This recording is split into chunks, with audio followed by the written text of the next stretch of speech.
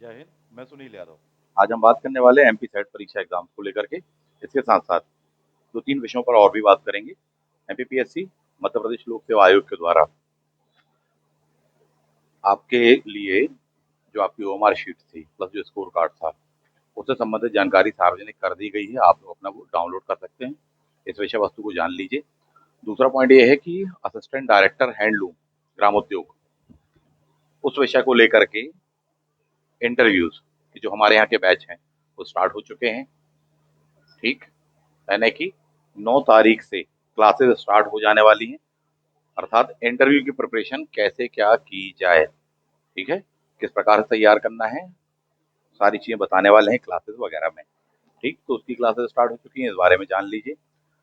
Next point ये है कि कल एक इंटरव्यू की क्लास जो होने वाली है उसका एक कुछ सैंपल्स आपको मिलने वाले हैं, जिसमें विशेषकर ये बताया जाएगा जो डैप फॉर्म है उसको कैसे क्या भरना है, किस प्रकार की गलतियां नहीं करना है, जिससे आपको वहां पर बोर्ड में समस्याएं ना हो जाएं आपके इंटरव्यू के दौरान में। एक पॉजिटिव वे में आपका इंटरव्यू जाना चाहिए। क्या क्या महत्वपूर्ण पॉइंट होते हैं, किन बातों का ध्यान में रखें, उन पर एक विधिवत चर्चा होने वाली है। प्रारंभिक जो क्लास होने वाली है वो इन्हीं विषय वस्तुओं को लेकर के होगी, जबकि बाद वाली क्लासेस होने वाली है वो मॉक इंटरव्यूज को लेकर के होगी, किस प्रकार से मॉक इंटरव्यू दिया जाता है एक्चुअल में। बट उसका एक जो थियोरेटिकल एस्पेक्ट होता है कि क्या क्या तैयारी हमको करना है। ये नहीं कि बस पहुंच के जाकर के अपन इंटरव्यू दे रहे हैं, मॉक दे रहे हैं या डायरेक्टली इंटरव्यू दे रहे हैं, नहीं। क्या क्या प्रिपेयर करना पड़ेगा, उसमें बहुत मेहनत लगती है, आपको साफ शब्दों में बता दें। उसकी वजह यह है कि एक एक बिंदु को जो आपका फॉर्म में जो भी डिटेल्स दी गई हैं, चाहे व्यक्तिगत विवरण हो अनुप्रमाणित फॉर्म हो, एक एक डिटेल्स पर वहां पर बात हो सकती है। ये जरूर है कि हाँ रैंडमली कौन से टॉपिक को उठा लिया जाता है कौन से नहीं। परंतु कई बार ये होता है कि खासकर उन्हीं टॉपिक को उठाया जाता है क्योंकि बहुत ही सेलेक्टिव माने जाते हैं, बहुत ही महत्वपूर्ण माने जाते हैं, उन विषय वस्तुओं को लेकर के बात होती है। तो वहां पर बहुत सही तरीके से, एक उचित तरीके से, एक अच्छे तरीके से आपको अपना जवाब देना है। साथ ही साथ परफॉर्मेंस भी काफी अच्छा देना होता है क्योंकि ज्यादा समय मिलता नहीं है। ठीक, मुश्किल से 15 से 20 मिनट मिलने वाले, आधे घंटे मान लो, 35 मिनट मान लो, 40 मान लो, बहुत अच्छे से। ठीक है, जरूरी नहीं है जिसका 20 मिनट गया हो या 20 मिनट का इंटरव्यू हुआ हो वो अच्छा कहलाएगा, 40 मिनट हुआ है तो बोले साहब ये नहीं खराब कहलाएगा या अच्छा कहलाएगा, ऐसा कुछ भी नहीं होता है। वहां पर आपको अपना अच्छा परफॉर्मेंस देना है, कैसे क्या आप वो दे सकते हैं उन विषय वस्तुओं को लेकर के यहाँ पर बात होने वाली है इंटरव्यू क्लासेस वगैरह में। कौन कौन से ऐसे सेक्शंस हैं, मैंने ऐसी क्या स्ट्रेटेजी बनाई है कि किन चीज़ों को किस प्रकार से क्या तैयार करना चाहिए, वो सभी विषय वस्तुओं के बारे में बताऊंगा। चाहे सब्जेक्ट को लेकर हो, चाहे आपके बैकग्राउंड को लेकर के हो, चाहे वर्तमान में आप जहाँ पोस्टेड हैं उन विषय वस्तुओं को लेकर हो, जहाँ से आप बिलोंग करते हैं, जिस शहर से हैं, जिस शहर में आप वर्तमान में नौकरी कर रहे हैं, हाउस वाइफ हैं, कुछ काम करते हैं नहीं कर रहे हैं, केवल तैयारी कर रहे हैं, किस प्रकार से बातों को रखें, हॉबीज वगैरह को अपनी किस प्रकार से रखें कि हॉबी क्या है। बहुत बड़ा संकट होता है इस विषय वस्तु को लेकर के। तो ये सारी चीजें होने वाली हैं जो कि बताई जाएंगी। ठीक है, कि हॉबी को किस प्रकार से रखें, किस प्रकार से चीज़ों को तैयार रखें, वहाँ पर क्या क्वेश्चन आ सकता है, उस सारी चीज़ों को लेकर के एक विधिवत जो सिनेरियो मैंने बनाया, जो मैंने अपनी स्ट्रेटजी बनाई है, उसके सापेक्ष ही मैं तैयारी करवाने वाला हूँ सभी विद्यार्थी को जो भी अपने यहाँ पर हैं। लास्ट और अति अति महत्वपूर्ण पॉइंट्स, इंटरव्यू की तैयारी में बहुत समय लगता है, बहुत समय मुझे देना पड़ता है, बहुत समय ऊर्जा देनी पड़ती है। रीज़न उसका ये है कि ऐसा नहीं होता नॉर्मल क्लासेस के जैसे एक बार में बैठाया और सबको एक साथ पढ़ा दिया। आपकी सूचनाएं अन्य को सार्वजनिक की जा सकती, उनकी व्यक्तिगत जानकारी आपको सार्वजनिक नहीं की जा सकती, कई क्वेश्चन नहीं पूछे जा सकते बाकी लोगों को बिठाल करके। तो इसलिए 1 to 1 होता है वो। ठीक है, बाद के फॉर्म में कुछ कॉमन बात है शुरुआत में, बाद में 1 to 1 करना पड़ता है और एक एक पॉइंट्स को बताना पड़ता है। इवन मैक्सिमम टाइम मेरा अनुभव रहा है कि कई बार भी इंटरव्यू दिए विद्यार्थी जो होते हैं, जब मैं 1 to 1 टाइम देता हूँ तो पता चला कि बातचीत करते ही करते 2 घंटे लग गया। इतना टाइम चला जाता है बताने में कि देखिए आपने ये गलती करी, ये गलती करी, इसको सुधारिए, इसको ऐसा नहीं ऐसे लिखिए, यहाँ पर स्पेलिंग मिस्टेक कर दी, इस बात को ऐसे नहीं ऐसे कहा जाएगा। हॉबी आपने केवल काम चलाऊ लिख दिए कि हाँ वहाँ पर ये ना हो, और कहीं ना कहीं उसका भय बना रहता है। तो बहुत सारी ऐसी चीजें होने वाली। तो जो मेरी स्ट्रैटेजी होने वाली मैं उसके सापेक्ष बताऊंगा। टाइम बहुत लगता है, इसलिए लास्ट जो सबसे महत्वपूर्ण पॉइंट आपका वो ये, सीट्स बहुत ही सीमित हैं। ठीक, वो सीट्स भर जाएंगी तो बाद में सभी को एडमिशन नहीं दिया जा पाएगा, सभी पर पर्याप्त उतना ध्यान नहीं दे पाएंगे क्योंकि बहुत जल्दी उसकी डेट्स आने वाली हैं। साथ ही साथ असिस्टेंट प्रोफेसर की भी आने वाली, तो उस बात के लिए आप लोग तैयार रहिएगा। अभी फिलहाल में एडीजी का इंटरव्यू सामने है, तो बहुत सारे लोगों को मैं देख रहा हूँ कि हाँ चलो ठीक है एंजॉय कर लिया, क्वालिफाई हो गया, गिने चुने 23 तो हो ही, ठीक है, पर अब जरा लग जाओ और डैफ फॉर्म को बहुत आराम से भरिएगा, बहुत अच्छे से भरिएगा। किसी जानकार से चेक करा लेना, मैंने यही आपसे चीज़ें कही हुई हैं। क्लियर बात है? तो अपने यहाँ पर कल से क्लासेस स्टार्ट होने वाली हैं, उसकी शाम को होने वाला है, इवनिंग में होने वाला है। काफ़ी अच्छा अपन करेंगे प्रयास, और आप सभी लोगों का बहुत सहयोग मिला। अपनी क्लास में बहुत सारे विद्यार्थियों का हुआ, कुल गिने चुने 23 विद्यार्थी हैं जिनका सिलेक्शन हुआ है।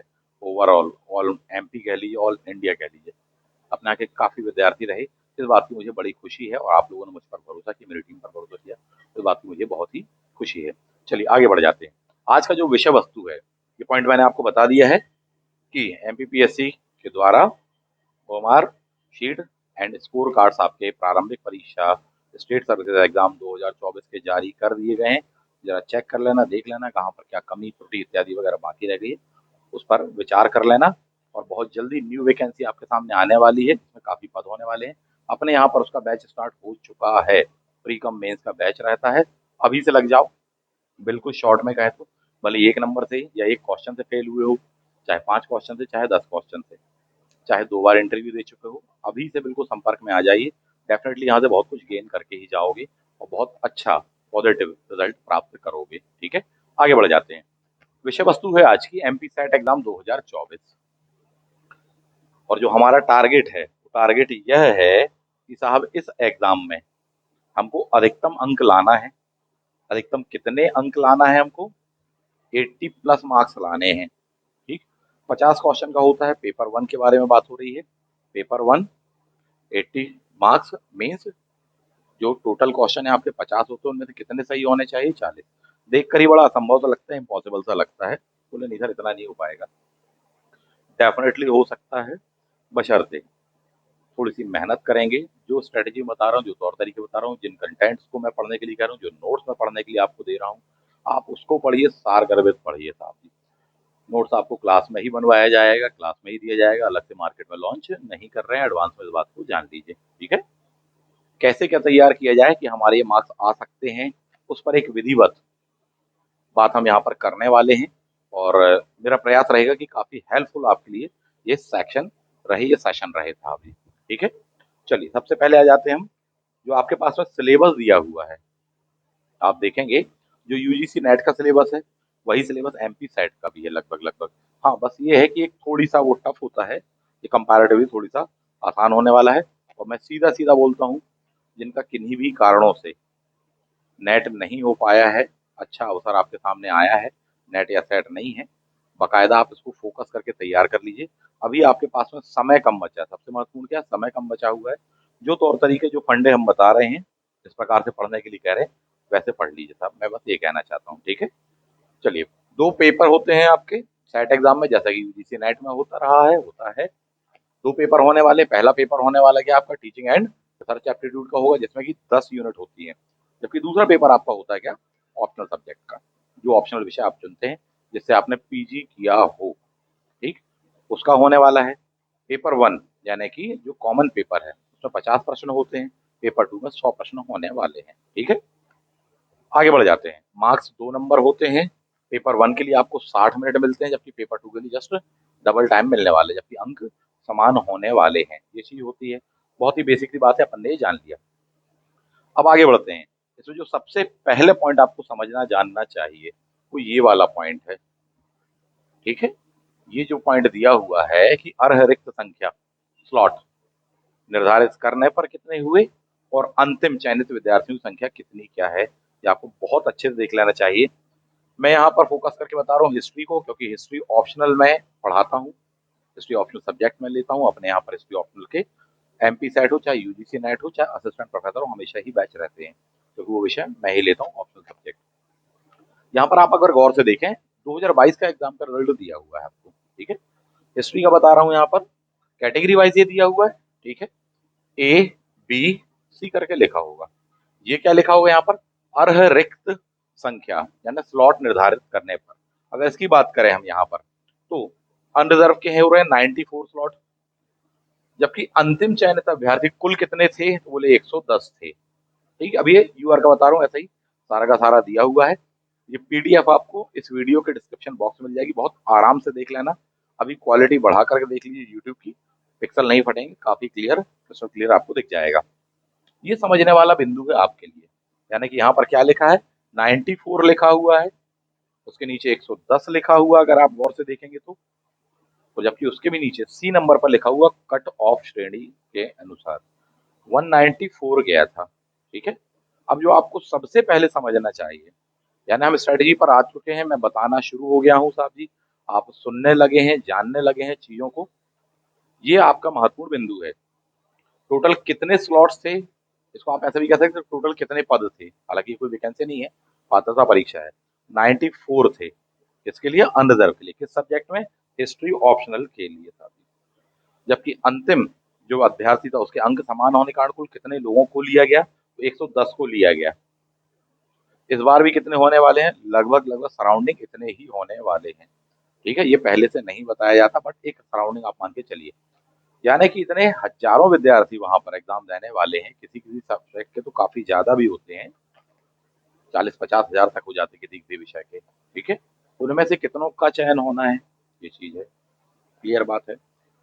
दूसरी बात यह है कि इतने में आपका रोल नंबर आ जाए, ये आपके लिए महत्वपूर्ण बिंदु है। ठीक, भले ही पिछले बार आपका चाहे 2 अंक से रुका हो, 4 अंक से रुका हो, 10 अंक से रुका हो, इस बार नहीं रोकना चाहिए, और ना केवल नहीं रोकना चाहिए, कट ऑफ क्रॉस होना चाहिए, बल्कि अच्छे मार्क्स भी आएंगे, आपकी तैयारी अच्छी हो, ताकि उसका एडवांटेज आपको कहाँ मिल सके, अगला जो ठीक इसके बाद में एक नया असिस्टेंट प्रोफेसर का एग्जाम होने की संभावना है 2025 में, उसमें आपको उसका लाभ मिल सके, उसका यानी कि पेपर 1 का भी कुछ हद तक, क्योंकि पेपर 1 वहाँ चेंज हो जाएगा, पेपर 2 जो है आपको ऑप्शनल, उसका भी लाभ मिल सके। ठीक है, तो मूल विषय वस्तु 94 स्लॉट्स थे, कितने विद्यार्थियों के लिया गया, 110 विद्यार्थियों के लिया गया। क्यों लिया गया भाई, मान लीजिए कि 94 विद्यार्थी में किसी के 95 सही थे, किसी के 90 सही थे, किसी के 85 सही थे, तो जो सबसे कम वाला था उसके मान लीजिए कि 81 सही थे। ठीक है, 81 वाले, लेकिन कई विद्यार्थी थे, एग्जाम्पल दे रहा हूँ, कई विद्यार्थी थे, लगभग कितने और थे, बोले 81 लाने वाले 16 विद्यार्थी थे। तो पहले ले लिए गए कितने, 93 विद्यार्थियों को ले लिया गया जिनके हाईएस्ट मार्क्स हैं, जबकि 94 नंबर का जो स्टूडेंट है, जो कैंडिडेट है, उसके कितने मार्क्स आ रहे हैं, बोले उतने मार्क्स समान अंक आ रहे हैं, कितने के, 16 के, उन सभी को ले लिया गया। यही वजह है कि कितने हो गए, 94 से 110, ये वो मूलभूत विषय वस्तु या वजह कहलाती है। ठीक है, कट ऑफ कितना गया था, हालांकि 194 गया था, आउट ऑफ कितना गया था, 300, यानी 300 में से 194 गया था, परसेंटेज आप आराम से निकाल लीजिएगा। पिछले बार जो कट ऑफ गया था उससे इस बार थोड़ी सा ज्यादा जाने वाला है, भले ही 2-4 क्वेश्चन या 2-4-10 नंबर आप कर लीजिएगा, उतना ज्यादा जाए, पर 2-4 क्वेश्चन, मेरा मानना 5 क्वेश्चन थोड़ी सा आगे बढ़ेगा इस बार, भले ही 2 क्वेश्चन आगे बढ़े, परंतु कट ऑफ ज्यादा रहेगा, ऐसा मेरा मानना है, एडवांस में आप जान लीजिए। ठीक है, तो आपके लिए मुद्दा यह है कि आपका सिलेक्शन होना चाहिए इसमें, वो कैसे क्या हो, ऐसे हो कि सबसे पहले रिक्तियों की संख्या आपने जान ली, समझ लो किस लेवल का कंपटीशन है, फिर आप आगे बढ़िए।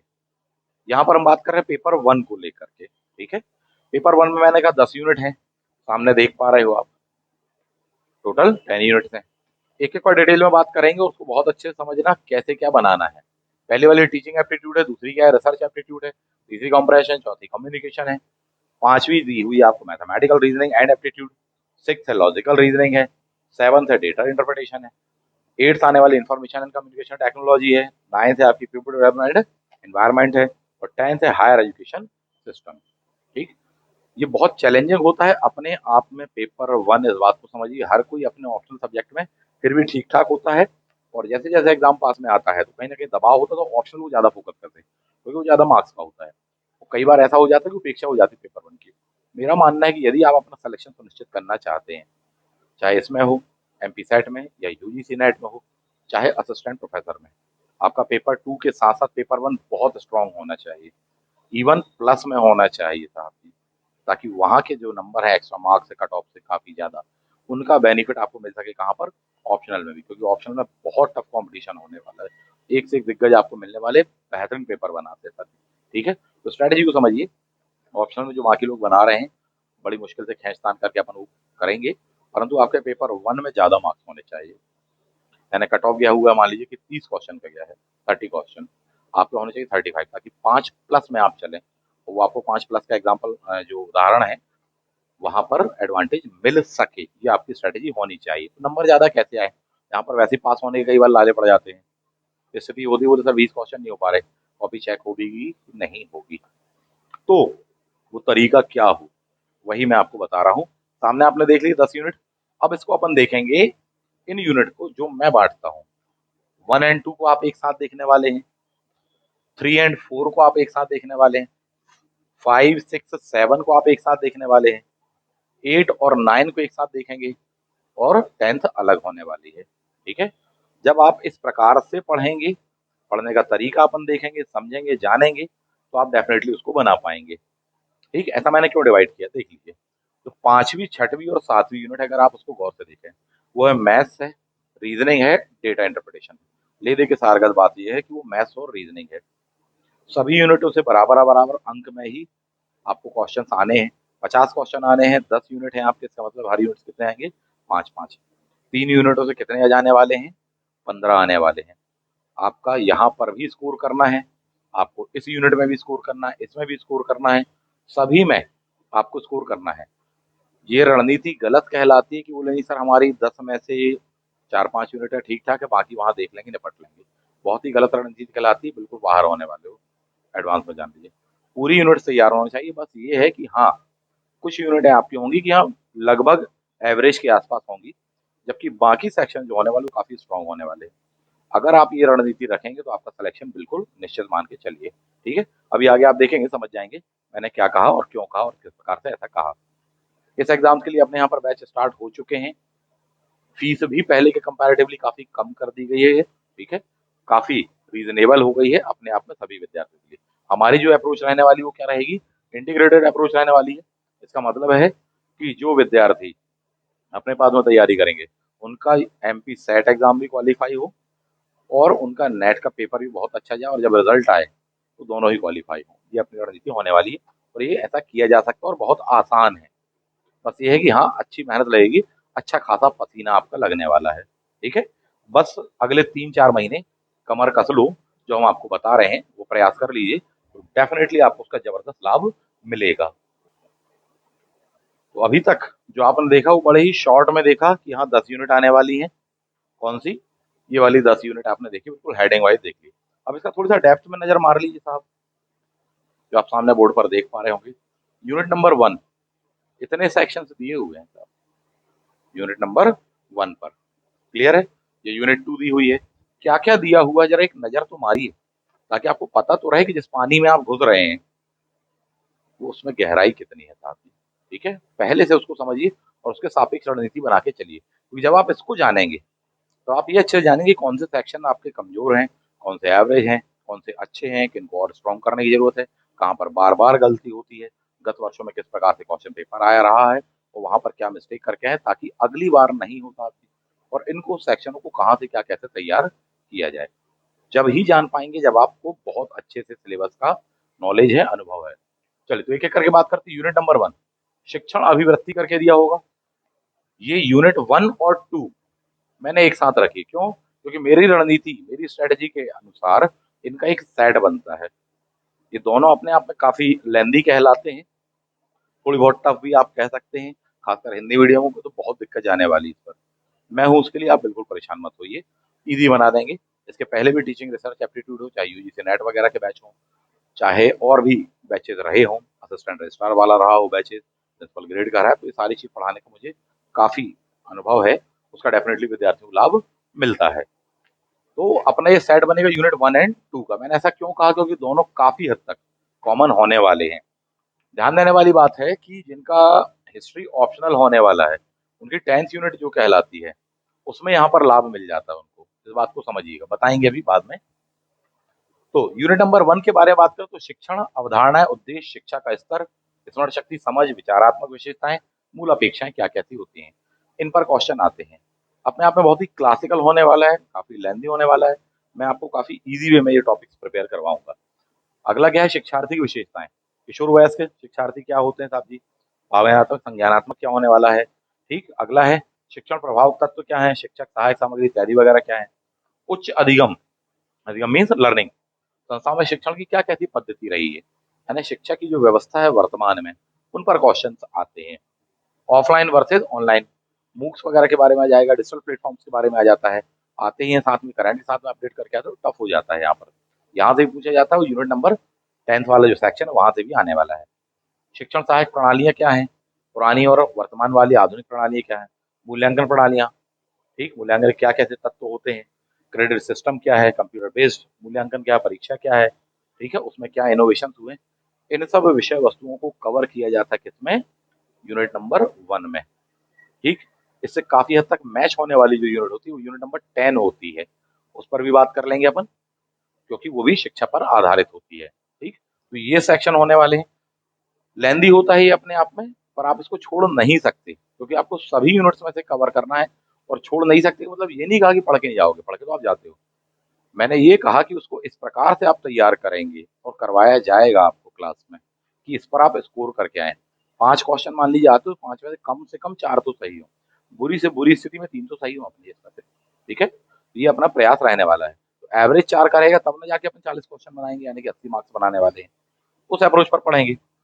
शोध पर आ जाइए, शोध अभिवृत्ति क्या दिया है, शोध का क्या अर्थ होता है, रिसर्च का क्या अर्थ होता है, ठीक, उसके क्या प्रकार हैं, विशेषताएं क्या है, प्रत्यक्षवाद क्या है, उत्तर प्रत्यक्षवाद का है क्या है, शोध पद्धतियों, प्रयोगात्मक, विवरणात्मक, ऐतिहासिक, गुणात्मक, मात्रात्मक, ये सब क्या होते हैं, ठीक है, शोध के चरण क्या है, जिस विद्यार्थी ने असिस्टेंट रजिस्ट्रार एग्जाम दिया होगा उसको याद होगा ये सेक्शन उसमें थे, कवर किए गए थे, ठीक है।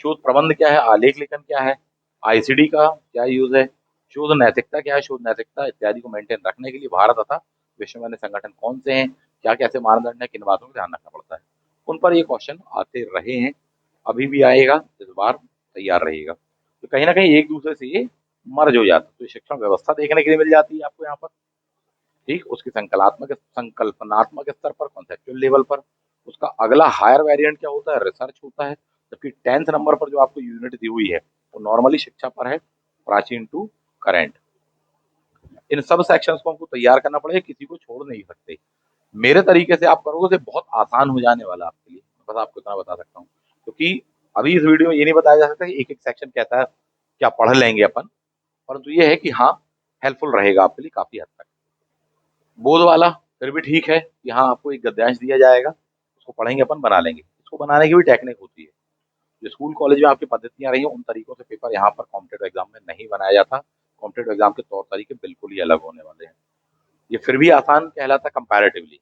अगला क्या है, संप्रेषण, इनमें आजकल बहुत ही कॉन्सेप्चुअल क्वेश्चन पूछे जाने लगे हैं, जैसे ये लिखा है संप्रेषण का अर्थ, तो अर्थ ही के बारे में पूछ लिया जाएगा, अभिलक्षण ही पूछ लिए जाने वाले हैं वहां पर, वाचिक का कौन सा क्या उदाहरण है, सांस्कृतिक और सामूहिक का कौन सा उदाहरण है, situation based, condition based question आने लग गए हैं, आपको तैयार रहना पड़ेगा।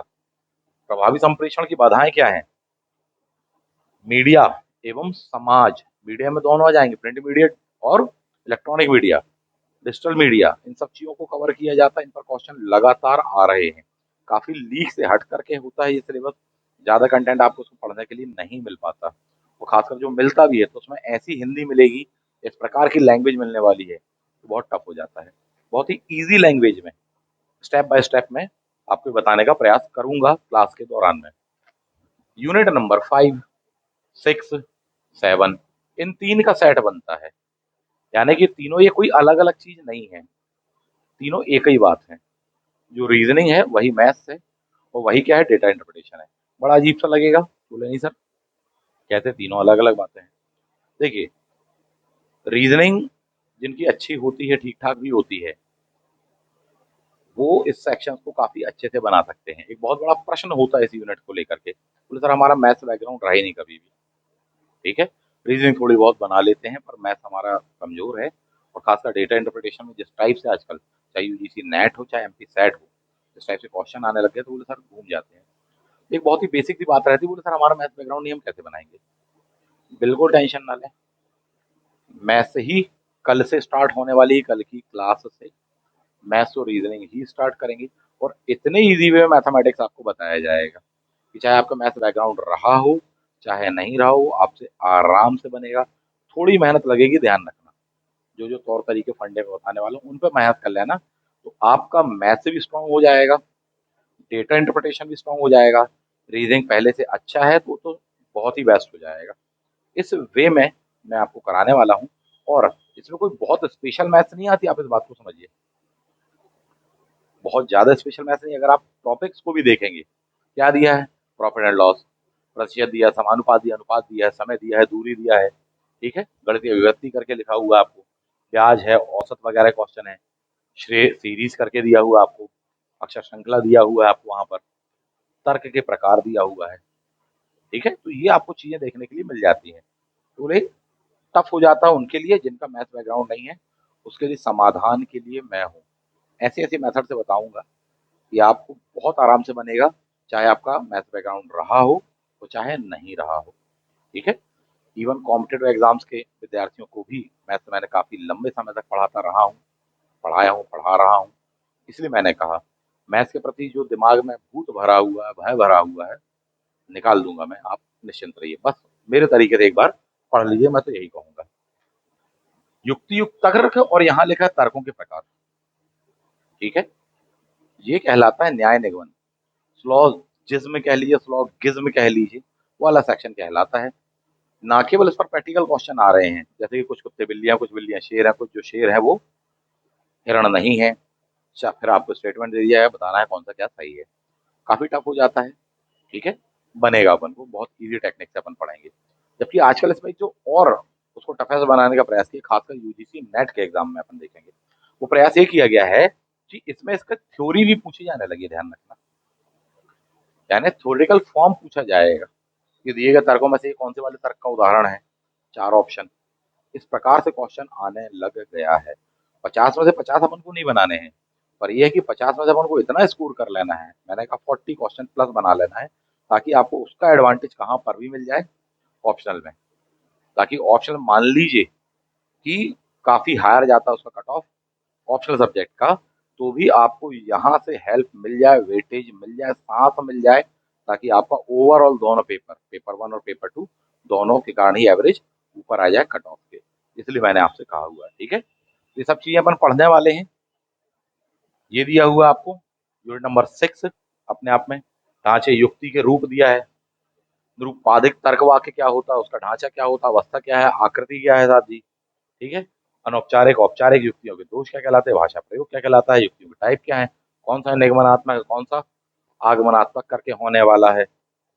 वेनारिक करके दिया हुआ आपको, वैध को सुनिश्चित करना। भारतीय तर्कशास्त्र ये भी आने लग गया है। भारत का सबसे पुराना तर्कशास्त्र वाला जो दर्शन कहलाता है वह न्याय दर्शन करके कहलाता है। उन पर बेसिक क्वेश्चन आने लग गए हैं।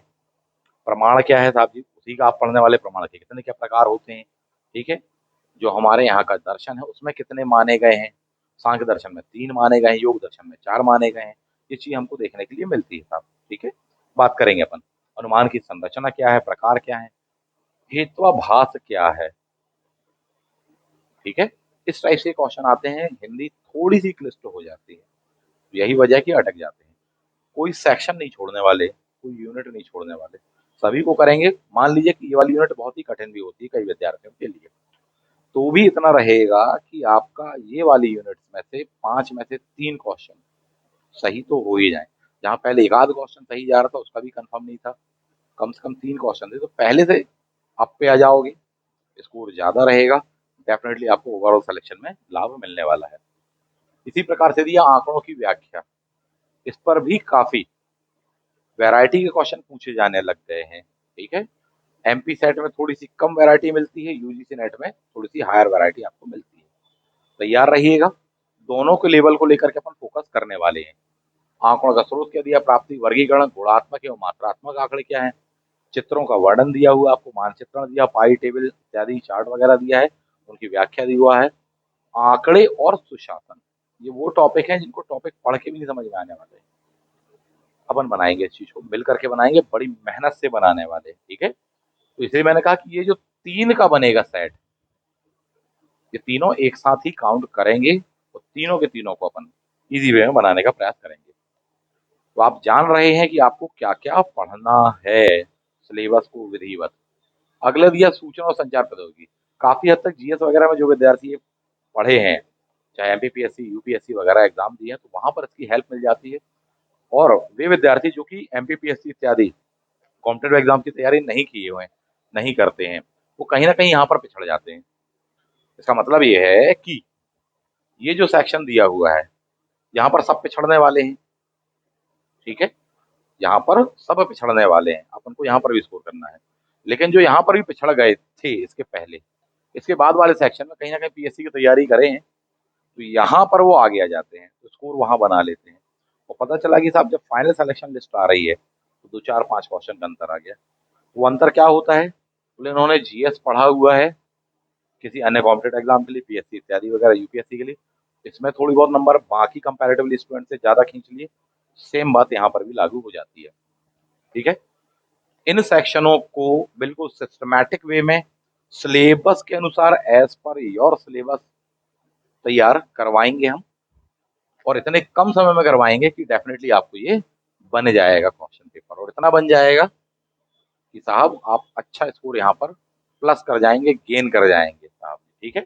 बहुत इजी सेक्शन ये कहलाते, बस थोड़ी सी टेक्निकल वे में आपको पढ़ना पड़ेगा। और मेरा प्रयास हमेशा यही रहता है, टू द पॉइंट पढ़ाऊँ, एज पर सिलेबस पढ़ाऊँ, और आपको वो पढ़ा दूँ, वो बता दूँ जो एग्जाम में आने ही वाला है। हमेशा से मेरा ये प्रयास है, वही कंटेंट दूँ और वही पढ़ाऊँ जो सीधा सीधा एज इट इज छप जाए, ज़्यादा परेशान ना होना पड़े। और उसके पहले भी जो यहाँ से पढ़े हुए हैं, चाहे नोट्स हो चाहे क्लास इत्यादि हो, उनको इस बात का अनुभव होगा बहुत अच्छे से। ठीक है? आगे बढ़ते हैं, तो ये बहुत ही ईजी हो जाने वाले हैं। लोक विकास और पर्यावरण, इकोनॉमी वाला सेक्शन प्लस एनवायरनमेंट वाले सेक्शन को ऐड ऑन कर दिया गया है, कुछ हद तक ज्योग्राफी को ऐड ऑन कर दिया गया है। ले दे करके बात क्या है, वो जीएस वाला सेक्शन है। ठीक है? तो जीएस में जो एनवायरनमेंट को पढ़ते हैं, स्टेट सर्विसेज वगैरह पढ़ते रहें, लगभग उसी लेवल का आने वाला है। हालांकि सेक्शन उसमें काफी ज्यादा हैं, परंतु उसी लेवल का लगभग ही आने वाला है। बाकी स्टूडेंट जिन्होंने पीएससी नहीं दिया है, उनका यहाँ पर स्कोर कम हो जाता है, ध्यान रखना। कंपैरेटिवली वो जिन्होंने जीएस पढ़ा हुआ है, एमपीपीएससी वगैरह या स्टेट सर्विसेज वगैरह की तैयारी करते रहे, देते रहे, क्वालिफाई करते रहे, उनका स्कोर यहाँ पर प्लस हो जाता है। ये बार बार मैं क्यों बता रहा हूँ, उनका यहाँ पर प्लस हो जाता है और इनका कम हो जाता है? इसलिए बता रहा हूँ क्योंकि जो केवल और केवल सेट की या नेट की तैयारी करते हैं और ले दे करके एक क्वेश्चन, दो क्वेश्चन, 5 क्वेश्चन से रह जाते हैं, तो ऐसा क्या है कि जिसके कारण रह जाते हैं? क्या पूरा ही पेपर उनसे नहीं बनता? बाकी सबसे बनता है? नहीं, बाकी सबसे भी बहुत सारी यूनिटें नहीं बनती, परंतु ये जो आसान टाइप की यूनिटें हैं आपसे, जो कि जीएस पढ़ने वालों को बनती हैं, वो भी आपसे नहीं बनती, तो पिछड़े में ओवरऑल और पिछड़े हो जाते हैं, यही वजह बाहर हो जाते हैं। अब अपन को आगे निकलना है, इसलिए आप इस बात को जान रहे हैं, समझ रहे हैं, और इसकी क्या अप्रोच रहेगी पढ़ने की। जीएस तो अपने आप में बहुत विशाल कहलाता है, क्या अप्रोच रहेगी, कैसे वो आसान हो पाएगा, उसके लिए मैं हूँ साहब जी, बिल्कुल to the point, as per your syllabus, जो आपकी यूनिट में दिया है उसमें से भी छान के, बिल्कुल हजारों लाखों तथ्यों में से गिने चुने जो चीजें मैं बता रहा हूँ, आप सबसे पहले उसको तैयार कर लीजिए साहब जी। और फिर उसके बाद आप पूरे ब्रह्मांड का ज्ञान पढ़ते रहना, मना नहीं कर रहा हूँ, पर जो सेक्शन में बता रहा हूँ बिल्कुल छटा हुआ, चुना हुआ, छना हुआ जो कंटेंट में कह रहा हूँ, सबसे पहले उन बातों को दिमाग में रख लीजिए, उन चीजों को पढ़ लीजिए जो मैं कंटेंट आपको दे रहा हूँ। आप आराम से उस पेपर को निकाल जाओगे और अच्छा स्कोर कर जाओगे। मैं इतना ही कह सकता हूँ, पूरे कॉन्फिडेंस के साथ में ये बात कह रहा हूँ। ठीक है? भले ही आपने इसके पहले कभी ना पढ़ा हो, मैं कहता हूँ ये कभी नहीं पढ़ा आपने बहुत अच्छे से, सीरियस वे में आपने कभी नहीं पढ़ा, मैं जो तरीके बता रहा हूँ, जो कंटेंट बता रहा हूँ, आप वो पढ़िए, कम से कम समय और ऊर्जा में आपका ये तैयार हो जाएगा, बहुत सस्ते में तैयारी हो जाएगी, मैं इतना ही कह सकता हूँ। अच्छा खासा स्कोर कर लोगे। बार बार इसलिए भी कह रहा हूँ क्योंकि अब आपके सामने 15 दिसंबर ज्यादा दूर नहीं है, अभी भी आराम से बैठे हो और फिर वही पुरानी हरकत कि एग्जाम के 15 दिन, 1 महीने पहले अपन थोड़ी सा एक्टिव हुए, और एग्जाम के डेज पास में आए तो अपन और एक्टिव हुए, और फिर ले दे के बात वही, बोले 2 क्वेश्चन से रह गए, 5 से रह गए, 10 से रह गए। ऐसा नहीं होना चाहिए, इसलिए बता रहा हूँ कि अभी से जुट जाइए, मेरे साथ में लग जाइए, समय आपके पास में कम है। ठीक है? तो ये बहुत आसान सेक्शन है, मैं आपको बताऊं, यूनिट नंबर 8, यूनिट नंबर 9 बहुत ही आसान है। ये इतनी ज्यादा आसान है कि हो सकता है आपके 5 में से 5 क्वेश्चन सही हो जाए, इसमें से ही 5 में से 5 सही हो जाए, इतनी ज्यादा आसान है। अगर आपका भाग्य साथ देगा, और नहीं तो 4 तो सही है ही है, बिल्कुल तय मान के चलिएगा। ठीक है? आगे बढ़ेंगे, यूनिट नंबर 10, उच्च शिक्षा प्रणाली, असिस्टेंट रजिस्ट्रार एग्जाम में प्लस प्रिंसिपल ग्रेड में, और भी ऐसे कई एग्जाम्स के बैचेज में ये सेक्शन रहा है, और बहुत डेप्थ में मैंने इसको पढ़ाया हुआ है, बहुत डेप्थ में। ये आपके लिए स्कोरिंग रहने वाला है साहब जी, यहाँ पर बिल्कुल to the point, as per syllabus, जो कि मैंने पहले भी कहा। पर यह है कि हाँ, इनको तैयार करने की खास टेक्निक होती है, एक खास सेक्शन होता है, उनको तैयार करना पड़ता है। कहाँ-कहाँ से चीज़ों को पढ़ना है। क्योंकि कोई एक जगह, कोई एक ऐसी कोई किताब नहीं जहाँ पर ये सब कुछ आपको अच्छा मिल जाए। मिलेगा भी तो पता चला 2 यूनिट अच्छी मिली, बाकी 10 यूनिट ऐसे ही है। ठीक है? किसी में यूनिट नंबर 8 और 9 अच्छी मिल गई, बाकी ऐसे ही है। तो ये हो जाता है और उसके कारण फिर कहीं न कहीं भटकाव की स्थिति होती है। ऐसा नहीं होगा कि पूरा का पूरा कॉम्बो जो मैं बताऊँगा आप उस प्रकार से तैयार करिए, बेहतर होने वाला है और इनमें भी आप अच्छा स्कोर करने वाले हैं साहब। तो ये रहेगी अपनी क्या इन पूरे-पूरे सेक्शन को लेकर 80 प्लस क्वेश्चन बनाने की रणनीति। अब इस रणनीति को अपन समेट लेते हैं। सबसे पहले आपने क्या देखा? अपना विज़न क्लियर किया। दूसरा पॉइंट टाइम आपने देखा क्या है? वह कि आपके पास समय कितना बचा हुआ 15 दिसंबर है। आज आप कब खड़े हुए हैं? बोले साहब ये सितंबर की ओर खड़े हुए 8 सितंबर को। समय कितना क्या कहलाया? बोले 100 डेज़ मान लीजिए मोटे तौर पर। ठीक? इन 100 डेज़ में लास्ट के 15 डेज़ तो आपको ही चाहिए है। 10 दिन तो आपको ही चाहिए रिवीजन के लिए। कम से कम 3 बार रिवीजन करना है आपको। पेपर 1 बस नहीं पढ़ना है बल्कि ऑप्शनल भी लेकर के पढ़ना है। तो क्या-क्या पढ़ना है उसका पूरा का पूरा सिलेबस आपने बहुत अच्छे से देखा। हाँ, ये ज़रूर चर्चा नहीं हुई कि कहाँ से पढ़ना है, बाज़ार में बहुत किताबें हैं। परंतु बहुत सारी कमियाँ भी हैं, इसलिए मैं उनका नाम नहीं गिना रहा हूँ आपको। आलोचना मैं नहीं करना चाहता हूँ। मैं सिर्फ़ ये बता रहा हूँ कि हाँ, मैं कौन-सी बताऊँगा, मैं क्या कंटेंट दूँगा, क्या नोट्स मैं देने वाला हूँ, मैं बस उस पर बता सकता हूँ कि साहब वो अच्छा मिलेगा आपको। बाकी किसमें क्या कमियाँ हैं, मैं उस पर बात नहीं करना पसंद करता साहब, ठीक है? नेक्स्ट पॉइंट आपने सिलेबस देख लिया, अब इतने कम टाइम में आप उसको कैसे कवर करें, उसकी गहराई आपने नाप ली कि साहब मैथ्स भी है, रीज़निंग भी है, डेटा इंटरप्रिटेशन भी है, एक सेट में है, ठीक है? गद्यांश वाला सेक्शन भी दिया हुआ है, संप्रेषण वाला भी दिया हुआ है आपको। उच्च शिक्षा को लेकर और शिक्षा को लेकर के दिया हुआ टोटल 3 यूनिट है, unit number 1, unit number 2, unit number 10, ठीक है? इसको जब आपने इतने डेप्थ में इन डेप्थ जाना, तभी आप अपनी स्ट्रैटेजी फॉर्म कर पाएँगे, वरना जो स्ट्रैटेजी मैं बता रहा हूँ, बताऊँगा क्लास में, उसको लेकर के आप चलेंगे, ठीक है? तो इस प्रकार से सेट वाइज़ पढ़िएगा जो मैंने आपको बताए हैं, सिलेबस को एनालाइज़ करिएगा, अच्छी मेहनत करिएगा और मैं आपको क्लास में मुश्किल से 1 घंटे, सवा घंटे पढ़ाने वाला हूँ पेपर 1 उतना सफिशिएंट रहने वाला है। यानी कम से कम समय में अच्छे से अच्छा to the point as per your syllabus content आप वहाँ पढ़ लेंगे, मेरा ये प्रयास रहेगा, ठीक है? तो समराइज़ कर लीजिएगा सिलेबस को, मैंने कैसे बाँटा है 10 यूनिट को, यूनिट 1 एंड 2 एक सेट बनेगा, यूनिट 3 एंड 4 2 सेट बन गए, ठीक? यूनिट 5, 6, 7 तीसरा सेट बन गया, यूनिट 8 और 9 अगला सेट बन गया चौथा और जो 10th नंबर की यूनिट है उसको आप इंक्लूड कर सकते हो यूनिट नंबर 1 एंड 2 के साथ में, ठीक है? इस प्रकार से उसको पढ़िएगा, इन सेक्शनों को पढ़िएगा, एक साथ पढ़िएगा इनको, अगर आप अकेले भी तैयार करते हैं। हालाँकि इतने कम टाइम में तैयार करने में दिक्कतें आ सकती हैं, बेस्ट यही है, मेरा सजेशन ये है कि आप क्लास में जुड़ें, हमारे साथ में बने रहें साहब जी और उस प्रकार से तैयार करें, रिज़ल्ट उठाएँ। बार-बार मैंने उस सेट और उसके अकॉर्डिंग रणनीति की बात कही है। जैसा कि सेट वहाँ पर बना है, वैसा ही सेट बनने वाला है कहाँ पर आपका हिस्ट्री ऑप्शनल में।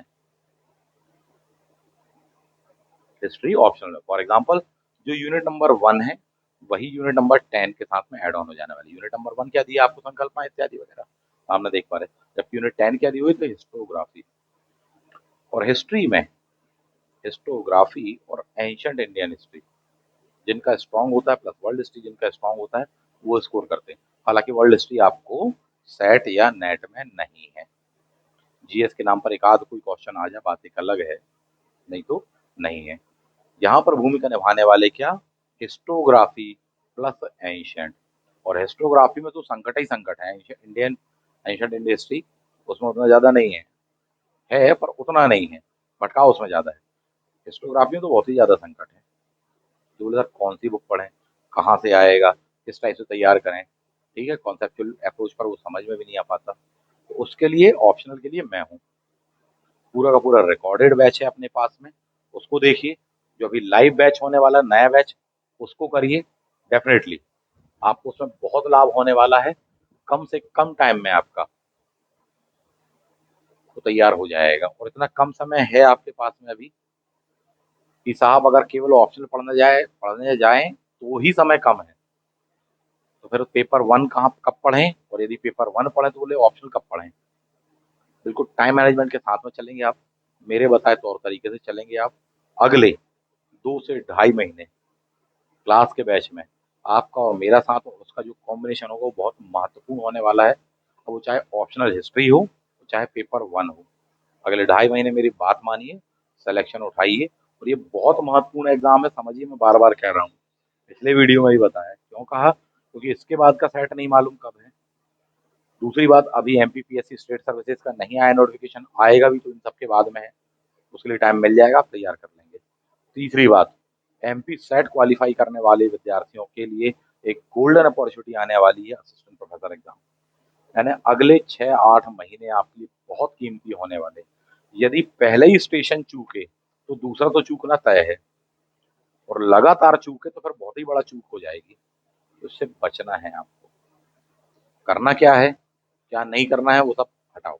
करना क्या है? करना ये है कि सेट क्वालिफाई करना सबसे पहले। इसके बाद में आपको एपी का जो एग्ज़ाम है, जो आपके लिए पोस्ट आई हैं, काफ़ी ज़्यादा पोस्टें आ रही हैं, उसको क्वालिफ़ाई करना है। गलती नहीं होनी चाहिए, बोले सेट ही अटक गया अपना, तो फॉर्म ही भरने नहीं मिल रहा है एमपी असिस्टेंट प्रोफेसर का, ऐसा बिल्कुल नहीं होना चाहिए। आपका सेट भी क्वालिफ़ाई हो, असिस्टेंट प्रोफेसर का भी एग्ज़ाम क्वालिफ़ाई हो, ये एक ओवरऑल अप्रोच रहेगी। इंटीग्रेटेड अप्रोच लिखने की वजह ये थी, इन केस कोई चांस बनता है, ठीक है? तो आपका यूजीसी नेट और सेट में से कोई एक क्वालिफाई होना चाहिए। बेस्ट चांस तो है कि दोनों ही होना चाहिए, परंतु इन केस की स्थिति बनती है साथ ही। तो ये हो कि हाँ, कोई एक तो रहेगा, तो कम से कम फ़ायदा ये रहेगा कि हाँ, सेट के भरोसे या सेट का नहीं है तो नेट के भरोसे, कम से कम आप फॉर्म तो भर पाएँगे असिस्टेंट प्रोफेसर का। मैं जो तरीके बता रहा हूँ उससे आप पढ़िए, आपका दोनों एग्ज़ाम क्वालिफाई होगा। दोनों के दोनों निकल जाने वाले साथ। एक का एग्ज़ाम देकर के आओगे, दूसरे का रिज़ल्ट भी नहीं आ पाएगा। सिलेक्शन आपका हो चुका होगा, चयन वहाँ पर हो चुका होने वाला है साहब। और इससे रिदम भी बनी रहेगी, आपकी प्रैक्टिस भी बनी रहेगी लगातार, चाहे ऑप्शनल की हो, चाहे अदर पेपर्स की हो। तो आपको कहाँ हेल्पफुल होने वाला है? वो असिस्टेंट प्रोफेसर में काफ़ी हेल्पफुल होने वाला है, ठीक? तो ये अपनी पूरी-पूरी कंप्लीट एक अप्रोच होने वाली है, और हमारा प्रयास रहेगा तीनों लाइन से क्वालिफ़ाई करो। एमपी सेट, उसके बाद में यूजीसी नेट, और उसके भी बाद में असिस्टेंट प्रोफेसर। तो तीनों का जो लेवल है वो ऐसा ही है, ठीक? यानी सबसे आसान क्या पड़ता है? बोले एमपी सेट। उससे थोड़ी सा टफ क्या होने वाला है? UGC net. और उसके बाद में जो सबसे ज़्यादा टफ होने वाला वो क्या होता है? Assistant professor. क्यों? क्योंकि उसमें आपको मेहनत बढ़ानी पड़ती है। अच्छी बात ये है कि असेंडिंग ऑर्डर आपको यहाँ पर दिया हुआ है। असेंडिंग ऑर्डर के अकॉर्डिंग ही पहले फिर बाद में एग्ज़ाम है। कठिनतम पेपरों के छोटे से या कम से या सरल से स्टार्ट करके कठिन की ओर आपको चलना है। अच्छी अपॉर्चुनिटी है ये, इसको मिस नहीं करना चाहिए आपको। अभी से जुट जाइए। अभी बहुत लोग लापरवाही कर रहे हैं, पता नहीं क्या कर रहे हैं। बहुत कम लोगों ने मुझसे संपर्क किया अभी तक। मैंने देखा कि सेट को लेकर के कम लोग सीरियस हैं।